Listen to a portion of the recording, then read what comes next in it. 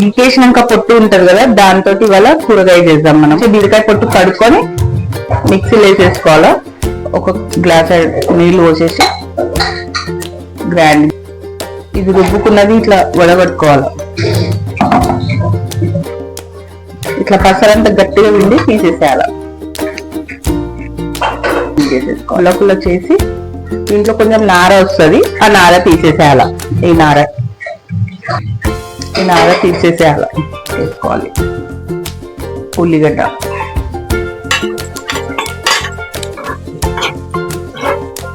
ఇప్పుడు అల్లం వెల్లిపాయ, పసుపు, పెట్టిన శనగపప్పు, ఒక 10 మినిట్స్ మూత పెట్టాలి. పప్పు జర ఉడకాలన్న. జర పప్పు అయినాక మనం తీసి పెట్టుకున్న ఈ పొట్టు ఇందులోకి వేసేసేయాలి.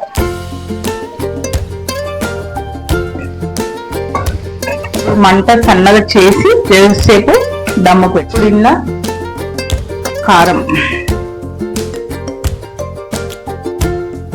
ఉప్పు మీ అందాజా.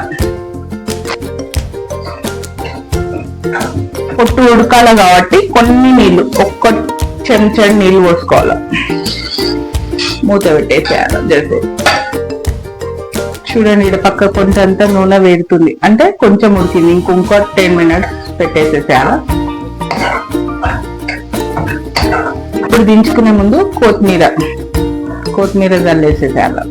కొత్తిమీర జల్లి ఒక 10 మినిట్స్ మూత పెట్టేసేసి ఇప్పుడు పొయ్యి బంద్ చేసేసి కూరగాయ రెడీ.